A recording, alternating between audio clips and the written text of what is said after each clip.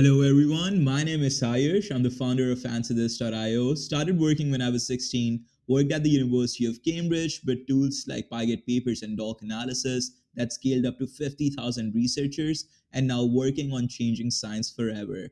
Welcome to DiscoPosse Podcast.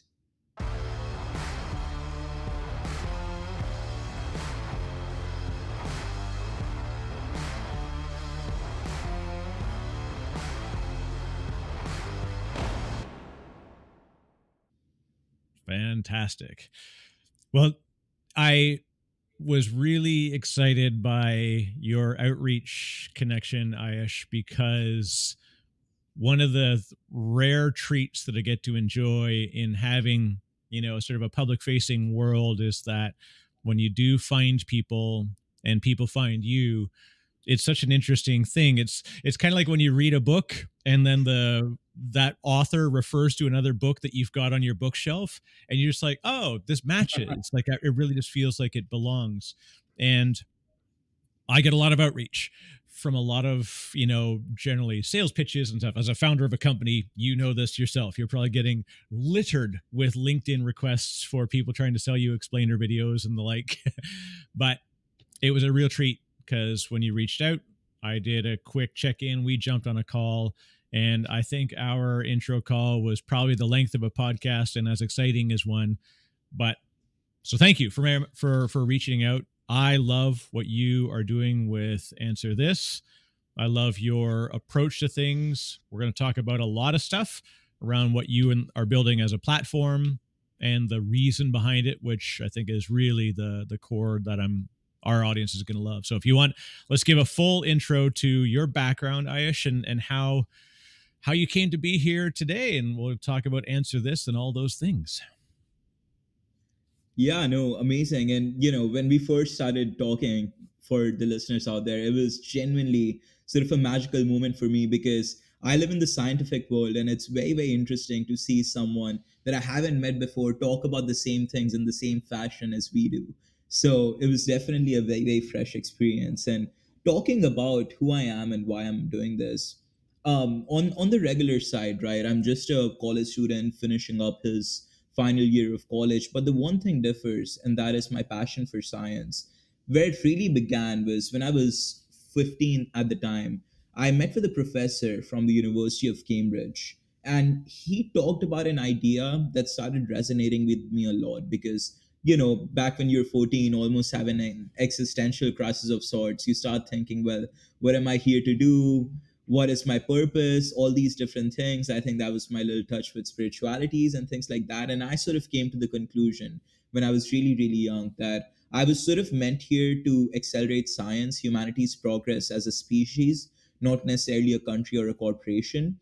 So, I talked about this in the hackathons that I went to and happened to stumble with this guy, Dr. Peter Rust, and that sort of changed the trajectory of my life since there.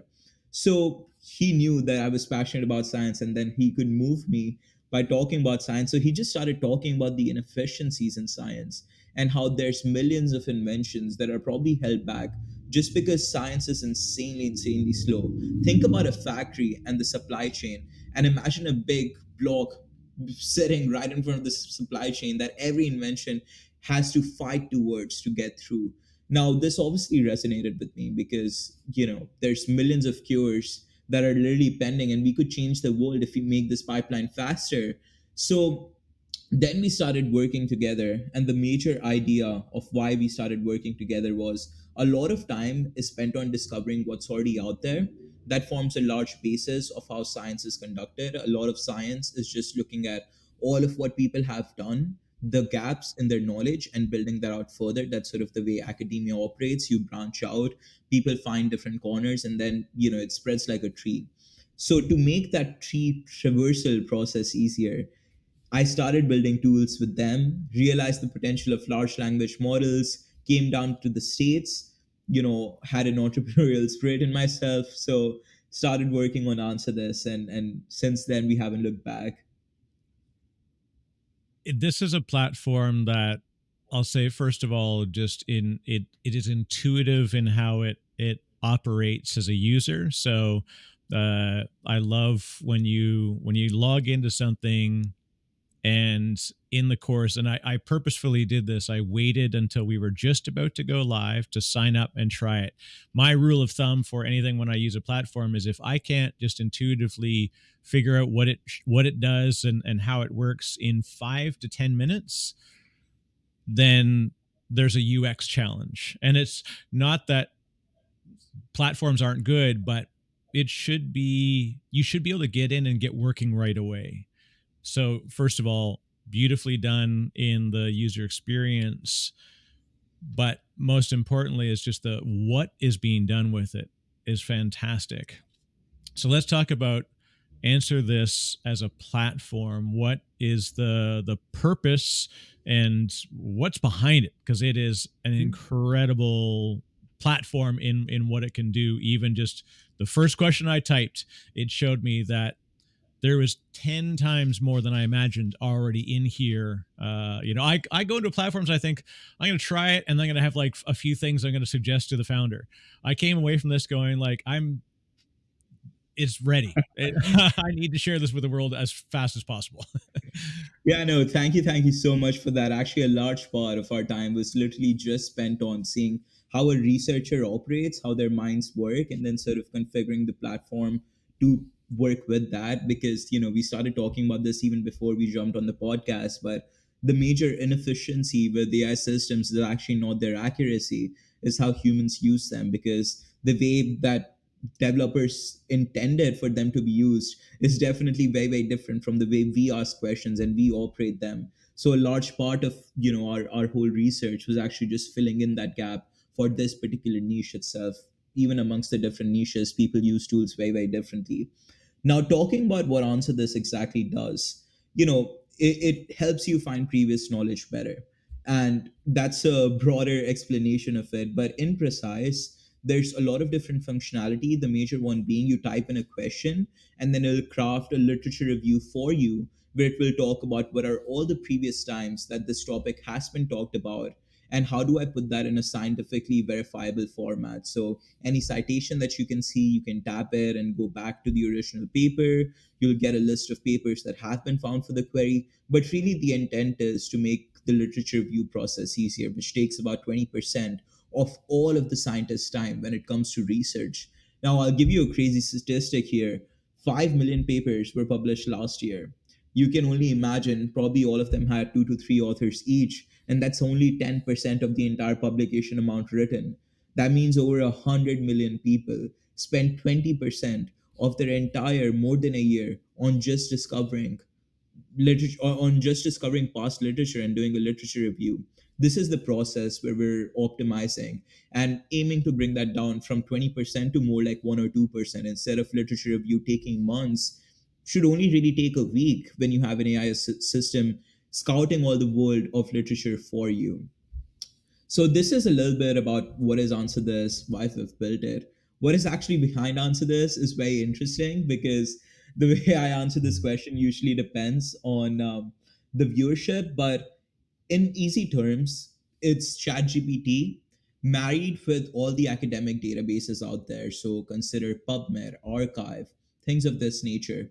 And then there was something missing in ChatGPT, which was the whole citation piece. How do I actually verify that my answer is correct? We just threw that in there.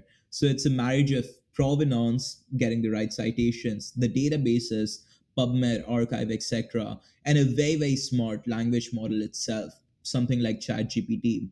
And we talk about this system. We also talk about bridging the gap in between how researchers actually use a platform versus how AI is meant to be used.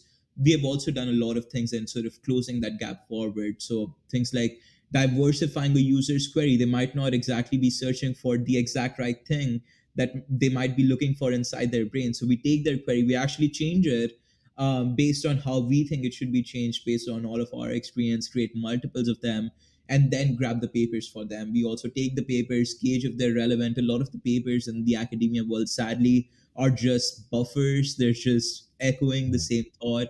So we get rid of them or we condense that into a shorter summary. And then all of this processing is done basically to deliver at the end an AI based literature review that is accurate and you can actually check where the information is coming from. Well, this is one of the biggest challenges when we think of getting real information in literal response format, because a lot of work that's being done in LLMs is trying to aggregate information and then create new opinionated, or seemingly opinionated responses without any transparency of what happens along the way.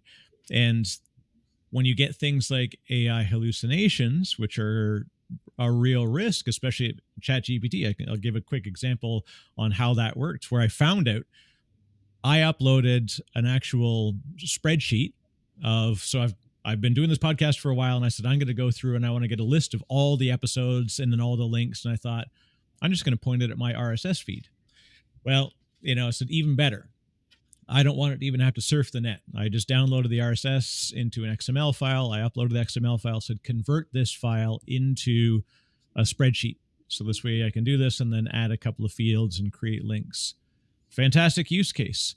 And it, of course, it loads the context up because there's enough in there that it's big.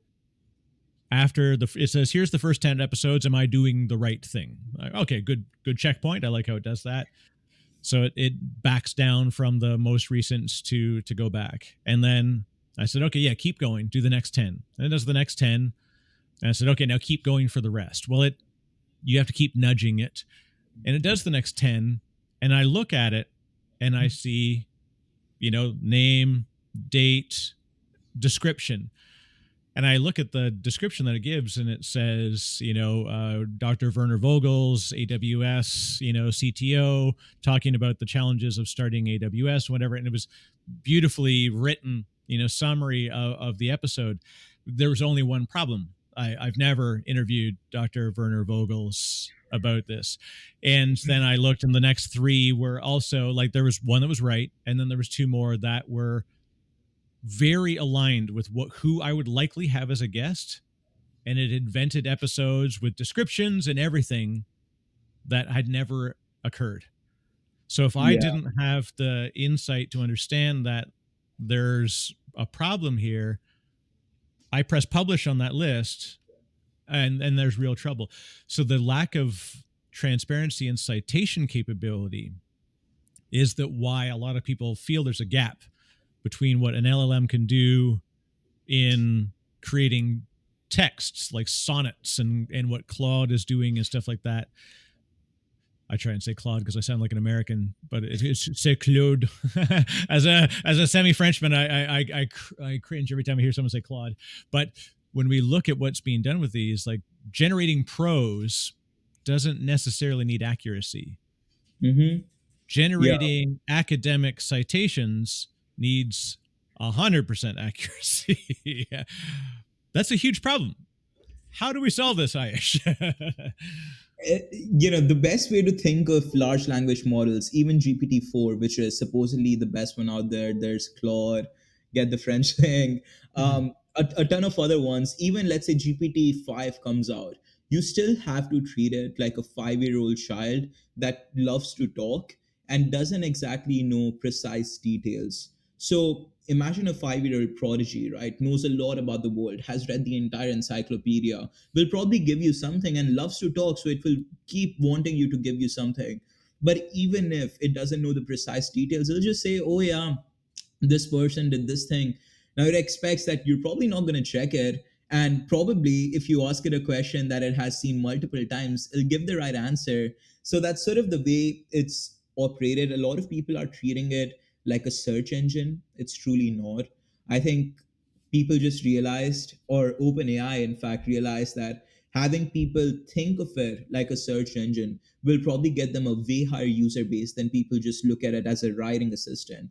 But really, what it is that 5-year-old is super good at writing stuff, right? You give it something, it'll be very, very creative, very artistic. It can write it in any way, shape, or form that you might ask it to write it in.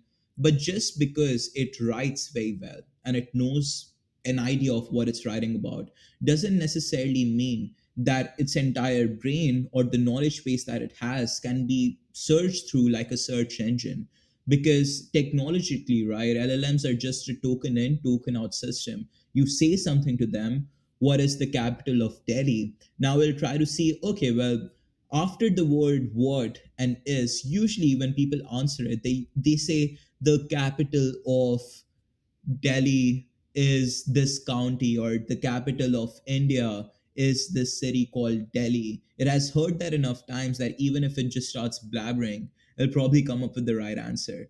Now, taking that, a system like that, which is obviously super, super smart in writing, how do you bridge the gap between this system, which is good at writing, and this accurate system that you want in scientific citations? You basically take the load off of it. You only use it to do what it's good at, which is writing. We do all the due diligence before we actually give the information to something like a chat GPT. So we search the entire literature base ourselves. We see which paragraphs are the most relevant ourselves. We rank them ourselves. And then just that final list of, okay, well, I want you to create a response for the listener or for the viewer, because they're not going to be able to go through this JSON file. Just take this and put it in like a good looking paragraph where you just use my ID and give it back to me. So we're using LLMs for a very, very primitive task, because, we've realized that probably using them as a knowledge base and a search engine is not the right way. And even if they become, let's say, better, they fundamentally don't change in what they are unless a new architecture comes out, which is, exciting, but highly unlikely.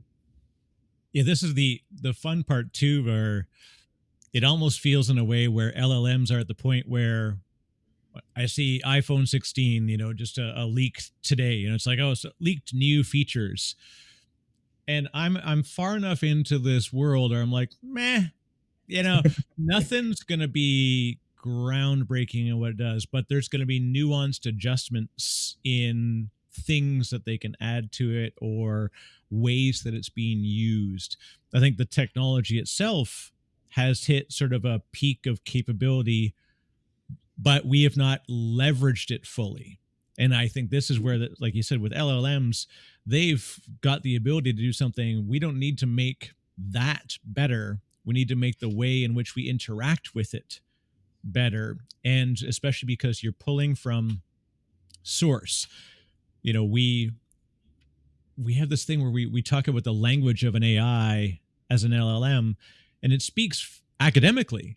Quite often people say like, oh, you can tell it says crucial, critical, pivotal, myriad, words that delve. That's the other one. And so if it says you're going to delve, if this blog is going to delve into something, you, my friend, have found an AI generated article. Now, why is that?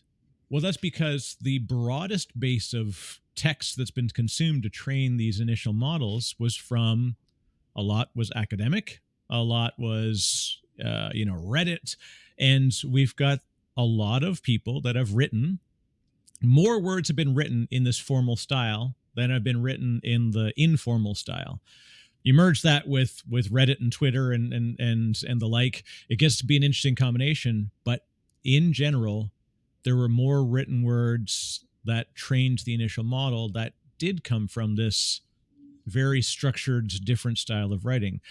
So we are clashing now in that we want it to say LOL, versus citing an original thing, which would have said, pivotal, critical, myriad, and more academic language. Mhm. So what I love is that when you look at what we're trying to do with it, it's training the model to give back the answer that the human doesn't know that they're asking. So I say, I don't want to see the word delve. What am I really asking? I want it to sound like I wrote it. That's what I'm asking. I don't want Yeah. to sound it like the right answer. I want it to sound like I gave this answer. So when you do research, you want to say, like, what am I actually asking? Not what is the answer to this literal question I'm asking. Mm-hmm. Yeah, and to your point, like iPhone 10 came out. Now we're on what, iPhone 15? I've sort of lost track.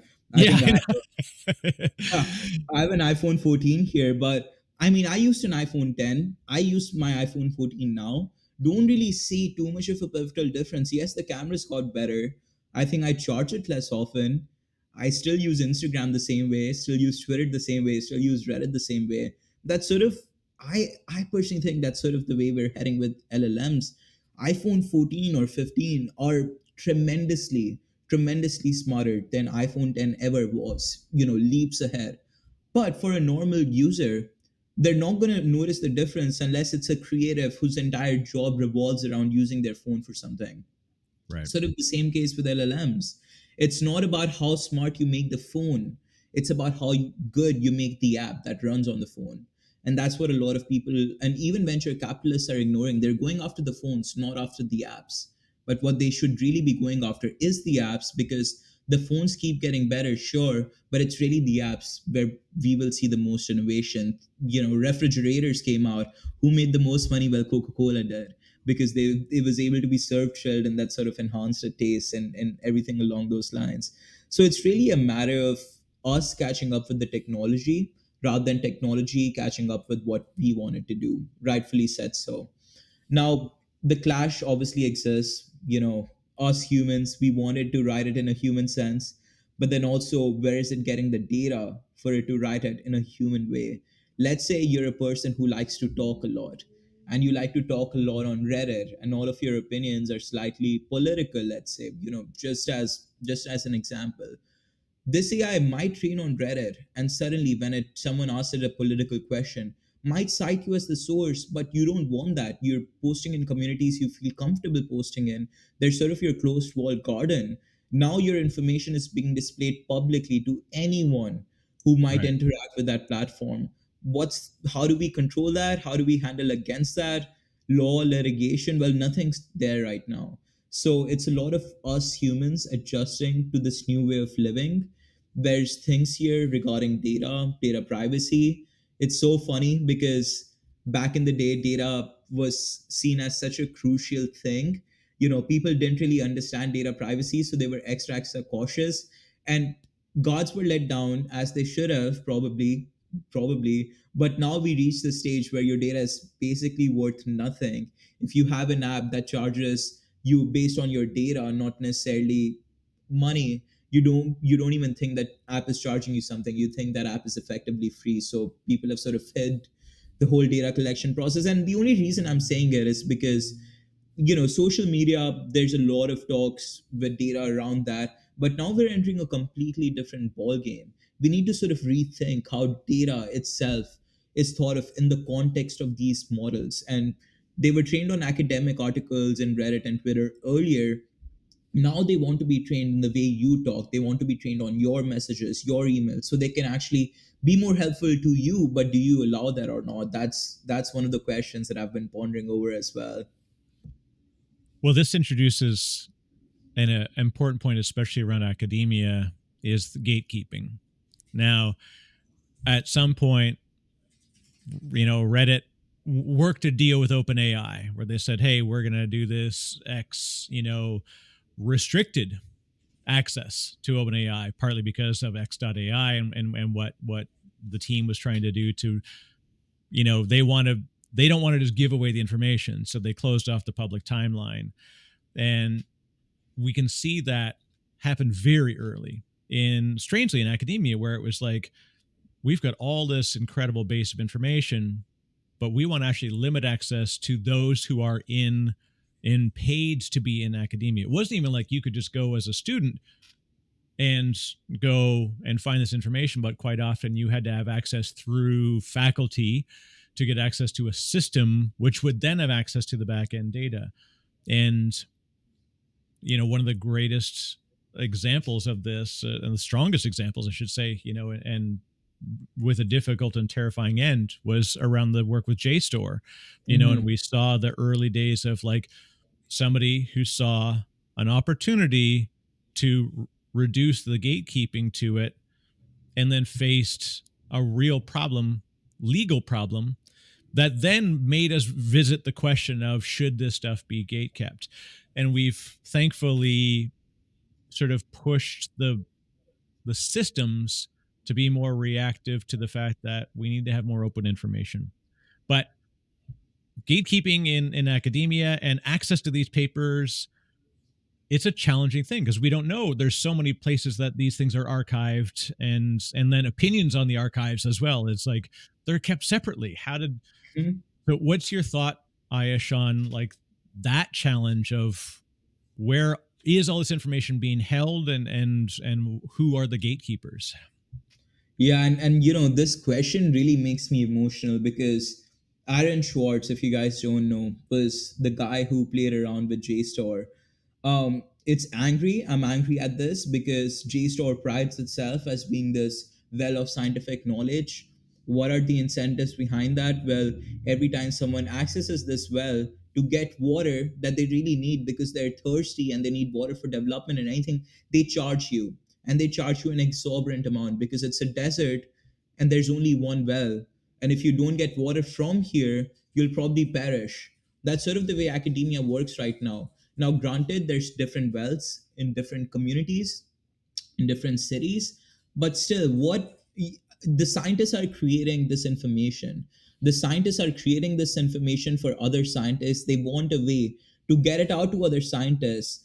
All of us have sort of fell into the thinking that the only way this is possible is through academic journals. And there's a lot of systemic things built into it to keep this card. You think about how universities started, publishing houses started, there's a big overlap in between the two. The deals between publishing houses and universities have always been controversial ones, and they've been going around for so long. Some of these universities, Oxford, that's like older than the Aztec Empire, and publishing houses have existed since, we can think of writing itself emerging. But no one has really thought to break away from it, which we should. Imagine someone coming up to you and saying, well, you've spent all your life creating this research. Amazing. I can actually show it to other people. They'll say, amazing. Well, I've spent, what, $500,000 on this research. You're telling me that I can just give you 3,000 extra and you'll display it. Amazing. I'll give you the research and I'll give you the money. That's where it should have ended. There should have been a broadcast where that information just goes out to different people because it can actually change their lives, right? That's research that is, in fact, a whole person's life's work. But what really happens? Well, this gets grouped together with a million other papers like this and gets sold for a very, very large fee to universities, where only people who go to the best universities have access to the most papers. And the ones who don't are now disadvantaged in science, which also increases the incentives for these publishing houses and for the universities who are buying the access with enough money to buy the access to keep raising their tuition fees, and for these people to keep raising their access fees. And the model still goes on till the point that now universities are paying hundreds of thousands of dollars for just accessing work that their academics might have done themselves 10 years ago. If you don't think that the system is insane, then you should clearly reevaluate, because it's clearly seems like a stealing process here. Now, granted, there's fees given out to the reviewers, there's fees eh, used in handling and keeping these entire journals and repositories. But at what point do we break away from science being a noble thing that people really love doing for the advancement of humanity, versus really seeing it as a cash cow where the incentives are very, very misaligned? There can be, even if you do little things, right, make the access free, or every time someone accesses, give that money back to the researchers, some amount of it. But no, all the money is just keep getting back to the well owner, keeps getting back to the well owner. Now, this is obviously something that I'm very, very frustrated with. I think this should not be the case. I'm very happy to openly and publicly say, well, this should not be the case. Big publishing houses, like elsewhere, should really think about changing their policies. Now, the other side of it still does exist, though. People are working on reforms. One of the journals where I publish, Journal of Open Source Software, I can't stop thinking about it as a place which is really inviting reform. All the reviewers themselves are people who've published in the open source space, exclusively publishes open source things as science should be, and then at the same time, there's no fees to publish and the information is distributed freely. I really think that should be the model which all of us should use, and it has real implications. We're making a system that makes access to previous knowledge easier, right? Now, I could have done this thing where go to publishing houses, pay them exorbitant fees, go to universities, ask them exorbitant fees, make that the channel of access. But that really doesn't solve the problem, because now the West will keep getting higher in the scientific knowledge that they have. Even in the West, the rich colleges where the rich students come will be the one where science is progressing. And then the rest of the world, which is probably 98% of what we're talking about in the academic space, is left behind. So they will keep regurgitating bad ideas, bad articles, in a hope to get to these better places, to publish better stuff. And this is like a very, very clearly misaligned system, and reform is needed. But then again, academics are slow. A lot of them are snobby in the sense of keeping to the old system. They've been indoctrinated by the ideas that have been told to them from the day one, and they cannot think differently, which is frustrating. But that's just the world that we live in. This breaking away from these like billions of dollars of companies is a very difficult process. They clearly have every incentive to not let it happen. And then when you have academics following into that indoctrination, I think that's where you create a bad loop, because now seemingly everyone's happy when they really should not be.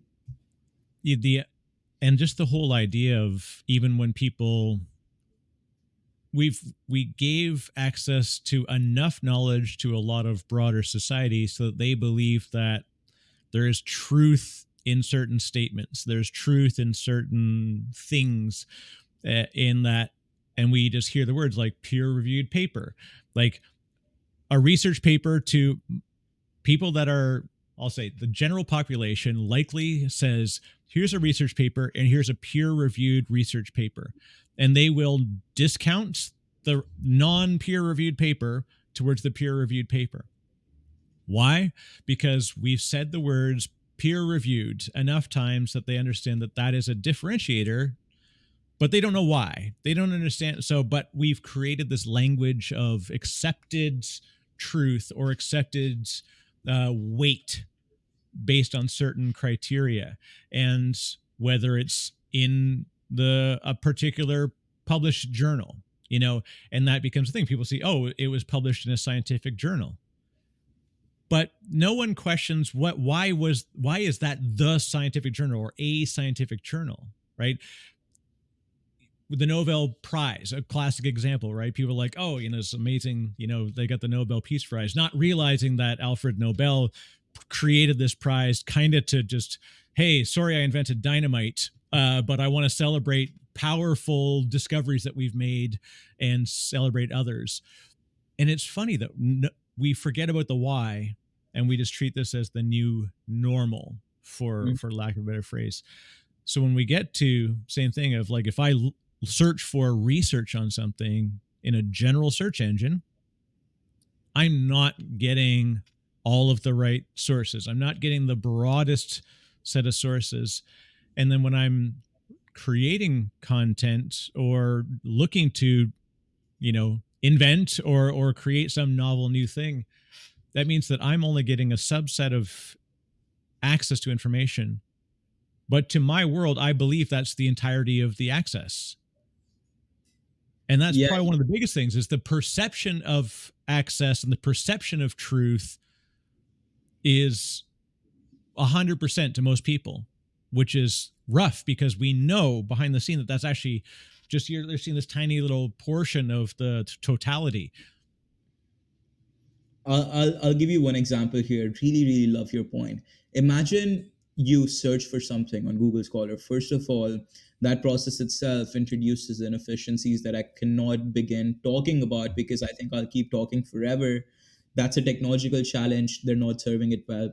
Still love Google Scholar. I think that really made science faster. But you search for something, you get, let's say, 100 search results. They're not the complete picture anyways, but now you realize to see 40 of them you have to pay $40. You don't still know whether the research article is relevant to your field or not, and there's no refunds in this world, right? Right. You pay $40, download these 40 articles. That's one part of one search which you might have to repeat like 300 times to get to the right information. Think about how many articles you'll miss just simply because you say, oh, well, the title seems enticing for this one. The other one might really not be relevant. I'm working with a limited budget. Should I buy it? Should I not? There's a clear inefficiency introduced there. The other thing is, if you're just going for clearly open things, you might be tapping into 2% of what the field has to say about that subject, because all of us have fell into the thinking that if you publish in these super high quality journals that cost a lot of money to publish in and have very strict factors, your research is good. Well, nobody really talks about redactions. Think about how many redactions happen on a daily basis from these top journals. It's not like they're the epitome of knowledge. It's just that enough smart people have published into them that getting into them is a big achievement that everyone celebrates. And the scientific world is very frustrated as well with this. The one idea that I want to talk about here is something that I've been discussing with a lot of people. We're not really as excited about science anymore. Think about the world as, and I always go back to thinking about the world as a species, think about humanity as a species. Let's remove our differences for a second, because that's how science used to operate. And I will continue to push science to be moving in that way. As a world, we're really preoccupied with ideas that take us away from science. There's a lot of talk about politics, there's a lot of talk about social media, celebrities, sports. Back in 10 years ago, I was really young, but all I can remember from that point is, we used to love watching documentaries. My parents and I used to stick on documentaries. They used to talk about the Nobel Prize winners, as much as the controversial idea of a Nobel Prize might be, but it's still celebrating scientific success. When something new came out, even in Russia or China or the US, nobody really saw it as, oh well, those guys did this. They really saw it as, oh well, this new thing came out in science. I'm pretty happy. I'm excited. Let's see where it goes. But due to the sensationalization of science itself, I think that's where the downfall turned. Everything just became a competition of who makes the most sensational discoveries, who says they make the most sensational discoveries. Those people were the ones getting funded, and that created a mistrust between the general public in science. They were like, yeah, it's just sensational headings. Probably not going to hear about this again for 10 years. Really don't think this is going to go anywhere. And now we don't even talk about science except AI, where a lot of research is happening. And the Right. small subject that's emerging out of biology, where's all this excitement about science that we used to see? Us as humans, why aren't we? You look at NASA's budget, right? NASA is being defunded again. For every dollar that the US spends on NASA, they get such a high return that defunding it is clearly just a political statement to make people happy. But why are people getting happy that NASA is being defunded? Right? We used to talk about getting to Mars by 2020, back when we were in 2007. Those entire dreams and ideas have been crushed now because everything is moving into closed, money kept wells, and people really treat it as a snobby academic world where it really should have been just scientific proliferation for everyone. So, sort of want to get the world excited back again for achieving feats like going to Mars, finding the next habitable planet, making the next breakthrough in all of computer science, advancing a cure for a disease. All these pharmaceutical companies, I don't want to go on and on, but these pharmaceutical companies, they're acting as banks now. I talked to 100 people from the pharmacy world when I built AnswerThis just to validate that market. But what I learned was all of these big companies, Pfizer, AstraZeneca, what they really are, they're big banks. Small startups make the discoveries. It's not profitable for them to make the discoveries because it's a risky process. They just fund these smaller companies who operate very lean. They come up with a discovery and this company just buys them out. Now, once you buy a company out, all the information is private to you. You might not even release it if you think it's not profitable for you to release a cure just yet. Think about the whole diabetes situation. China is currently experimenting, I think, phase 3 or phase 4 of their diabetes drug. I don't think we're going to see that in the US for a long time, really, just because it's unprofitable to make a Right. cure for something that you can just sell a remedy for. It's a subscription based model even to medicine. And slowly and slowly the world is heading in this direction where we're getting away from science. And I think everyone should right now come together as humanity and really say, well, what we're doing is wrong, let's change this. Yeah, the slow path is the least attractive path to the broader set of people.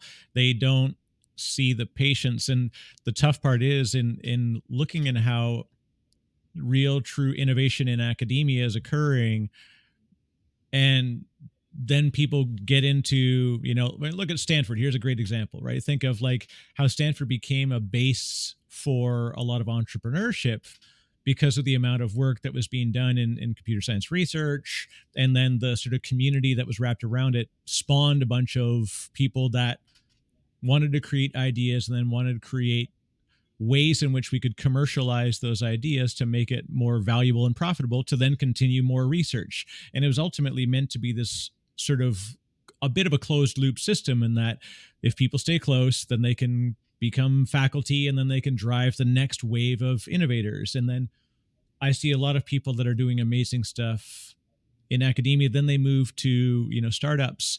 And the first thing they do is quite often employ researchers, and they open up and they want their staff to publish papers.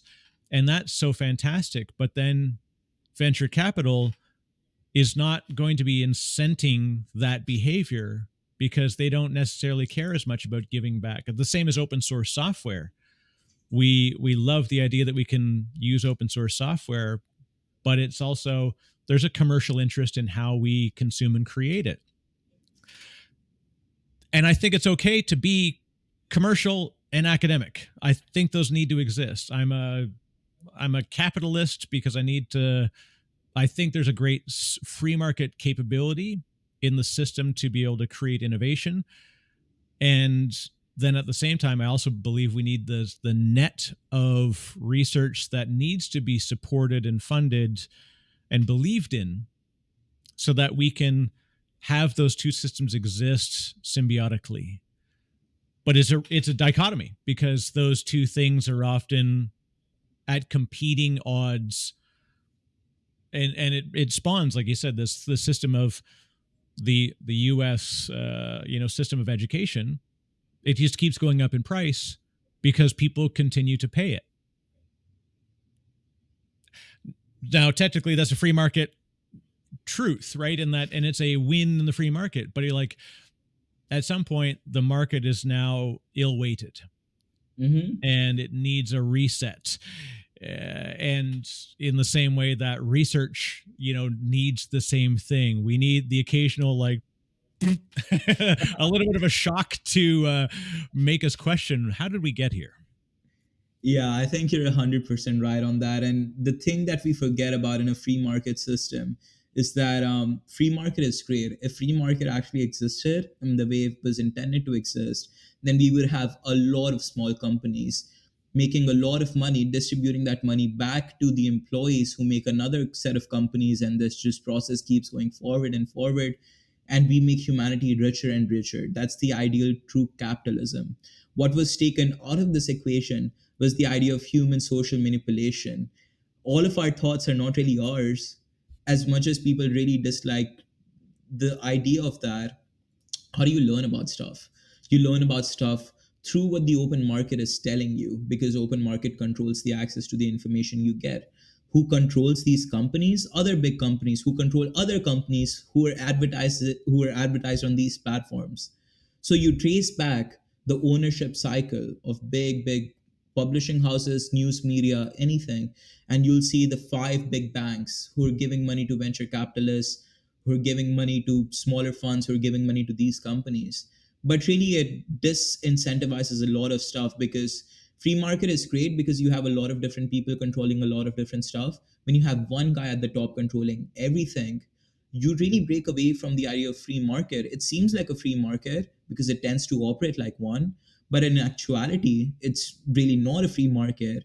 It's a 5% control over this entire industry, where they're letting enough control be seeped in so that we continue believing that it's a free market. And I'm not asking for a revolution here. A lot of people will hear this thought and they're going to be like, well, this is clearly a call for, no, it's not a call for revolution. It's a call for moving towards open stuff, which can be incentivized in commercial ways. Think about the likes of Mozilla Foundation. Amazing work in browsers.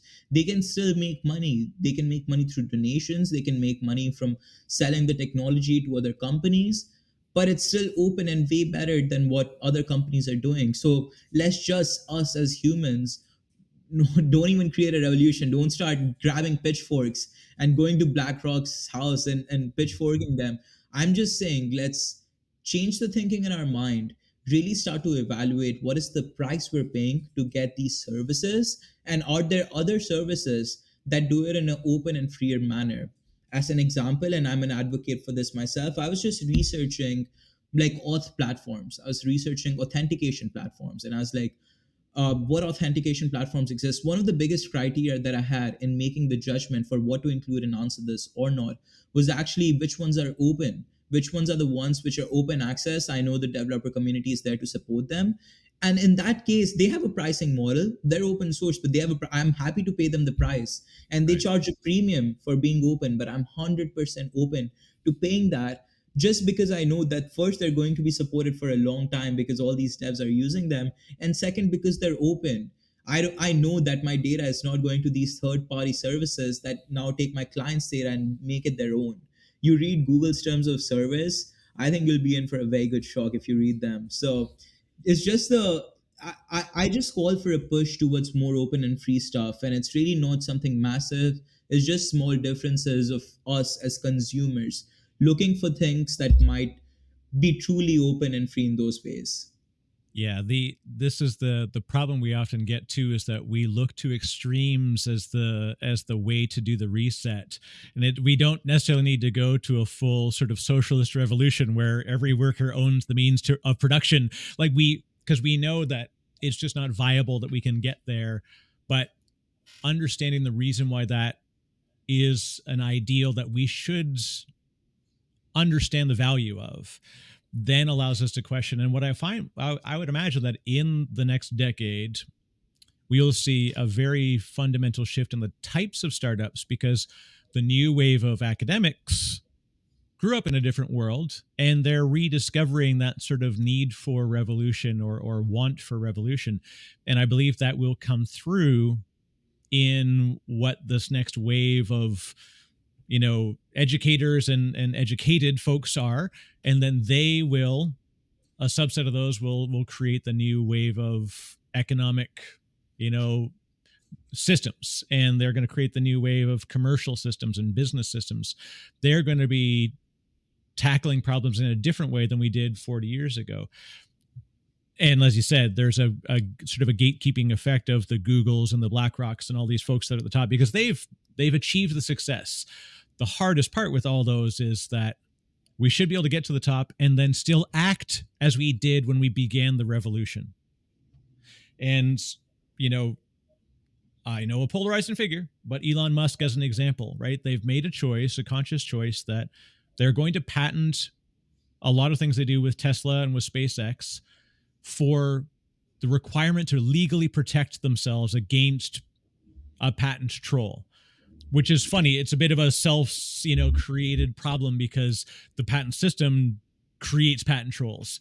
We've created a system in which we can enrich people for the wrong incentives, but they've used the system because it's necessary, and then on the other side of it, they've chosen to license those patents available for free.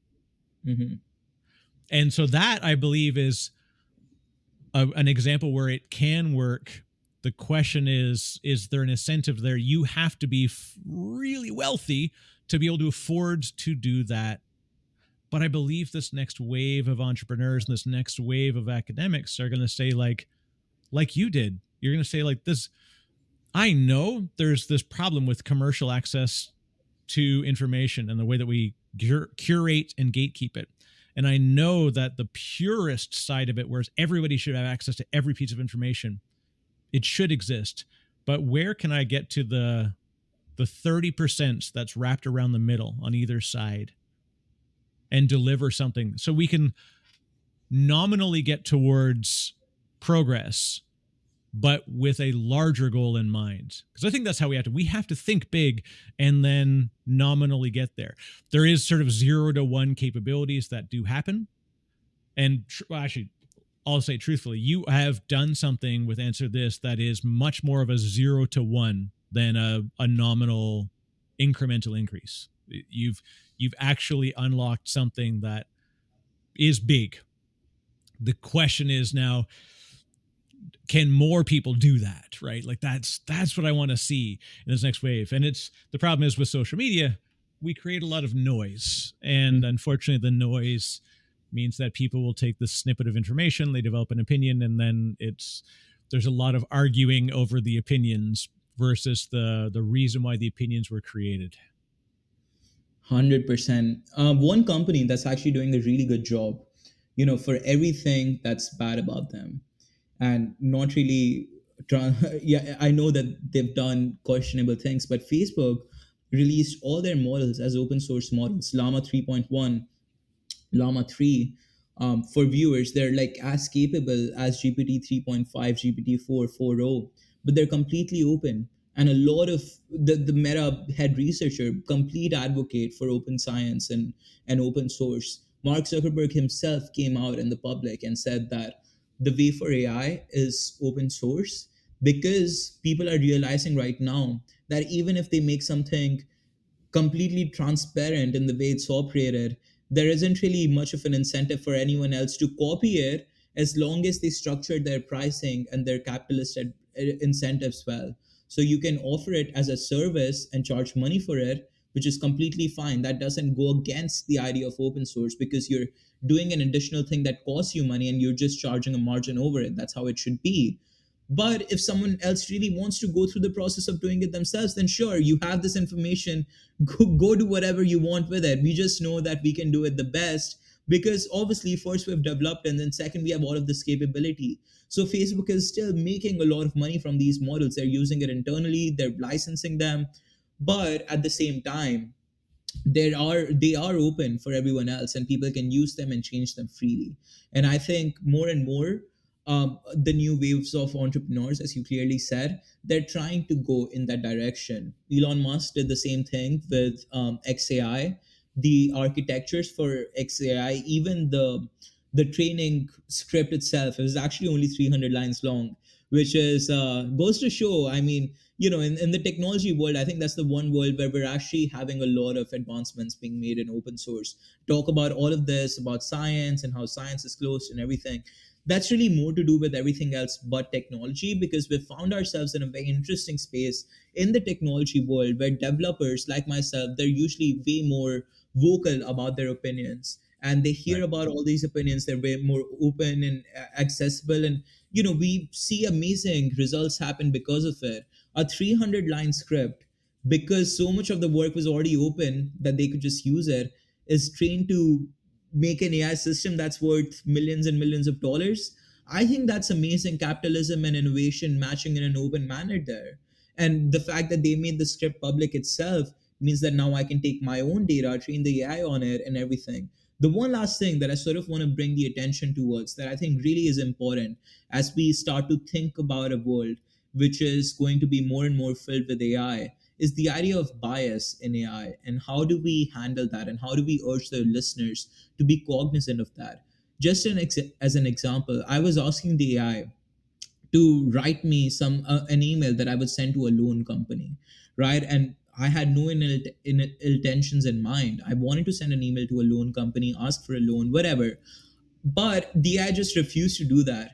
Who is the AI to make a decision for me? I asked it to write me an email, and it should write me an email. I've paid for that service. I Yeah. pay like $20 to OpenAI. I pay $20 to Anthropic. Why is it refusing what I'm telling it to do? And that's where you start thinking, well, it's refusing what I tell it to do because the people who made it probably gave it the guardrails that you should not go into this direction. What if now humans are going to be accessing AI more and more, and AI is controlled by these giants who can post their own restrictions on them? How does that restrict the flow of knowledge? And Yeah. for people who don't want to be caught in the system, they might block GPT trackers. Then GPT won't talk about your work, and your work will just not be heard of. So that's in clearly aligning incentives. There is something that all of us need to at least brainstorm. I don't have a clear answer yet. If I did, I would probably be very, very vocal about it. But a GPT bot was crawling my website, and it caused an insane, surge in traffic for myself. Then I was like, wait, should I really block it? Because if I block it, then in the next 10 years, no one will be able to finance this because I just Right. didn't let the bot index it. And also, if I block the bot now, it's already too late. They should have told me this long ago, but no one That's really knows right. that they're Yeah. indexing it. So, like they come in, they're like, okay, we're gonna keep taking the information till you say no. But I didn't know to say no until I checked the logs and I was like, okay, well, they scraped it already. What am I to say now? Oh, well, that's just the way it goes. So I definitely urge everyone to start thinking about their data, start thinking about their IP that they're creating, and really look into policies of all these different companies. How are they handling this? If they claim to be open, are they truly open? If they claim to not be open, are they taking your data and making it their own? And when you start thinking from this lens, I think just as consumers, we incentivize the free market to come up with better ideas, which we've seen as with the example of XAI or Meta open sourcing it models. It's possible. Yeah, and in the same way as it is with free speech, the answer to free speech is more free speech. The way to solve bias in AI is not less AI, but more active, transparent sharing of how we're creating and training these models, how we're tuning the results, and transparency by giving the weights, showing the rules, showing the policies that are, as you said, when you give it when it comes back with a hard no, I will not answer this question because I'm not supposed to answer this type of question. Fine. But the first thing that goes to my mind is, what is it kind of answering, but not, but avoiding the real answer? So it hasn't hit a rule threshold where it's like, I can't answer this question, but it's going to adjust its answer accordingly. It's, I'll say, I don't mean to be ill against politicians, but politicians have been given a skill of being able to not answer a question with the greatest answer ever. And that's a thing that you get with really fantastic public speakers. It's fun to watch. I do a lot of public speaking, so I've learned this technique too. I watched somebody one time, they said, how are you going to deal with this competitor in the space? And they named the competitor. Like, this poor fellow on stage has like been given the hardest thing to do. I've got to now talk about a company that's fighting against my company. We're both public companies, so everything I say is risky.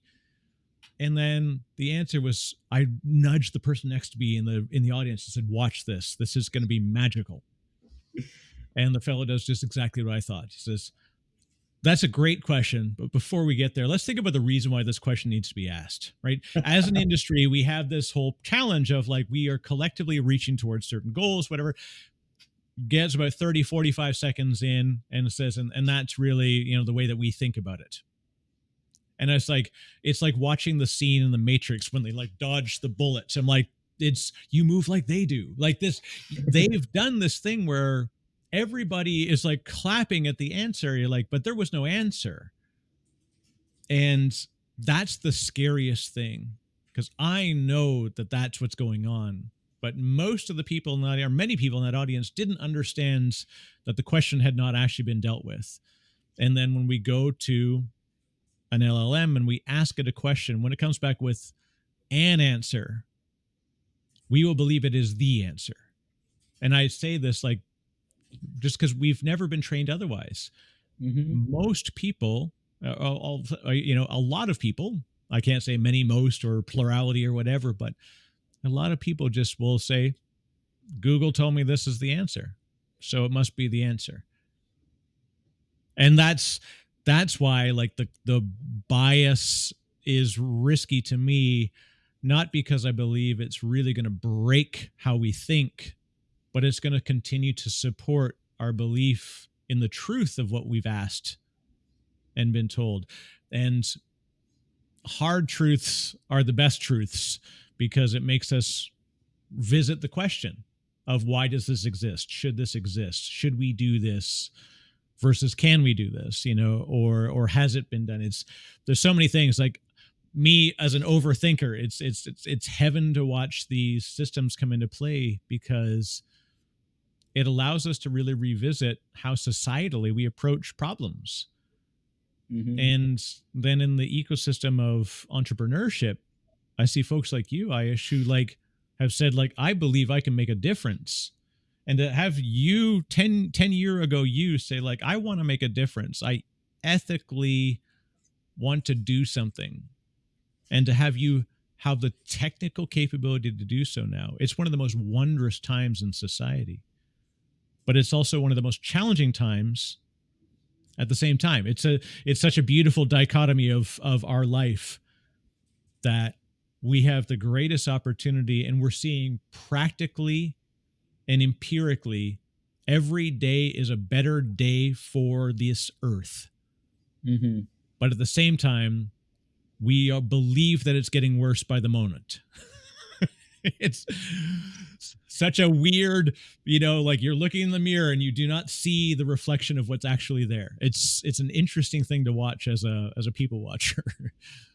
I'll say this. I am, out of all things, I'm very grateful that I'm born at this time in this place, because the amount of capabilities I have now for everything that I've said, and everything that I've said is really to caution the viewers, is to move the viewers.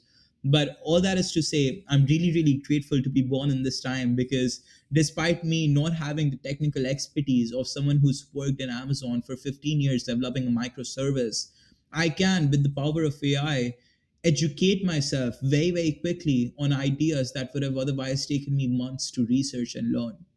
And that's amazing, because we're lowering the access for entry for everyone. And that's how it should be. Last night, I was thinking, well, and I was fixing through a lot of bugs. Thank God those bugs were fixed before you checked out the system. But it was like, thank God I have AI to help me write code, because if AI wasn't there to help me write code, I would have had to write it myself. And I did write it myself 4 years ago, and it took 10 times longer. So it's a wonderful time to be alive. I think we can make it even better if we think about the right stuff. As consumers, we hold a lot of power. Let's move the free market to make it even better. And at the same time, let's set the future generation up by making everything open, so that when they come in, they have everything ready for them to innovate on, and not necessarily walled gardens by these big companies where the only chance for them to innovate is to work at them. Absolutely.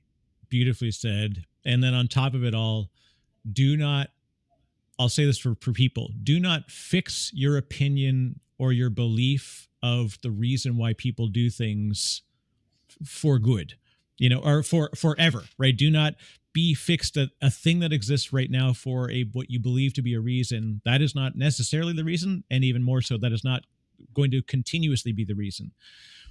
We talk about open source, and it's so funny that one of the greatest, and we battle over these sort of titles as if it's like a podium, but one of the greatest contributors by total contributions to open source is Microsoft.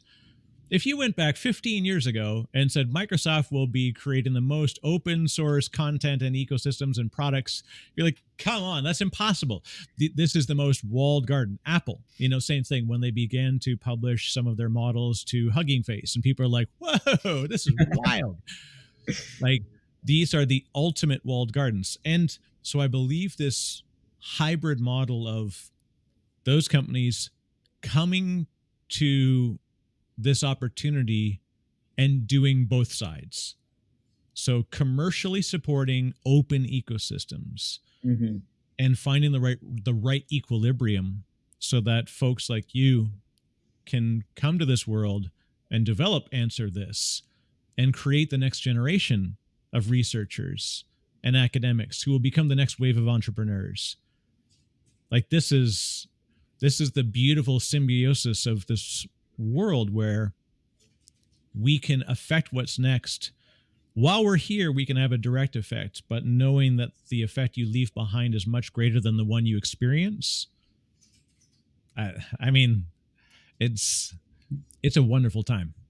It really is. 100%. And even so, right now we live in this crazy amazing world where you can actually make an impact, be alive to see it, and then also be alive to see it grow. Things are moving so quickly. Facebook, Microsoft, the founders are still alive. These are big Right. behemoths, but the founders are still alive. They're very functioning, well human beings. You can see them, you can meet them, and it's crazy because they have entirely changed in the way we think, the way we act, the way we operate. These few visionaries, and I really see them as amazing people. I respect their progress. For everything there is to say about Facebook, the one thing that no one can take away is the spirit that Mark had when he was making it, to raise something up from nothing to now controlling the way we think, or affecting the way we act. He's really, his mind is shaping an entire sect of humanity. And it's not that only he had that option available to him because of amazing circumstances. No, everyone, and barring the biases and barring the equity differences we have, we had this opportunity to take an idea, a crazy idea, and the way we want the world to change, and actually implement it and be alive long enough to see it happen and then see it grow. So I really urge the viewers to really take to this idea that whatever they think the world should be, if they really want it, they can actually change the world to be that way, or at least a part of the world which matters to them. That's the entire spirit behind entrepreneurship. If you really see the odds, there's really no point to being an entrepreneur, right? And mathematically, it doesn't make sense. But the reason why people still do it is because they first, they're stupid because they have this conviction that they can change the world, and maths will tell you that you're stupid. But again, we're meant to be stupid when we're meant to be crazy and think of crazy ideas. And it just so happens to be that the world we're living in is full of all of these other crazy people, and together we can change the world. So I think that's really powerful, and the world we're living in really accelerates that. So we have this amazing opportunity now to change the way big companies are thinking, create big companies ourselves, and introduce innovation that previously would have been unthought of. That's it. And I do hope that more people get involved, and so for folks that want to take a look, I feel bad. We should have dived.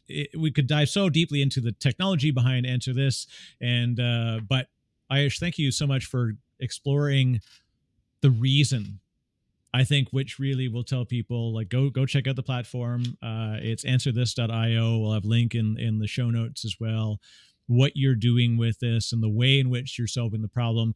I'll say in how perplexity changed a lot of the way that we approach a GPT and a chat based interface relative to how OpenAI solved the problem.